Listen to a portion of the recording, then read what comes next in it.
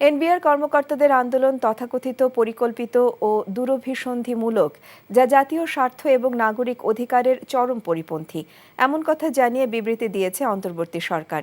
বিকেলে গণমাধ্যমে পাঠানো এক প্রেস বিজ্ঞপ্তিতে জানানো হয়, সংস্কারের বিরোধিতা ছাড়াও অর্থবছরের শেষ 2 মাসে তারা রাজস্ব আদায় কার্যক্রম মারাত্মকভাবে বাধাগ্রস্ত করেছেন। আলোচনায় আসার আহ্বান জানালেও তারা তা অগ্রাহ্য করেছেন।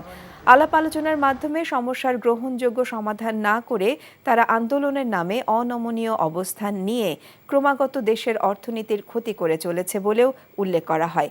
শীঘ্রই আন্দোলনকারীদের কর্মস্থলে ফিরে যাওয়ার আহ্বান জানিয়ে বলা হয়, আইন বিরোধী ও জাতীয় স্বার্থ বিধ্বংসী কর্মকাণ্ড থেকে তাদের সরে আসা উচিত।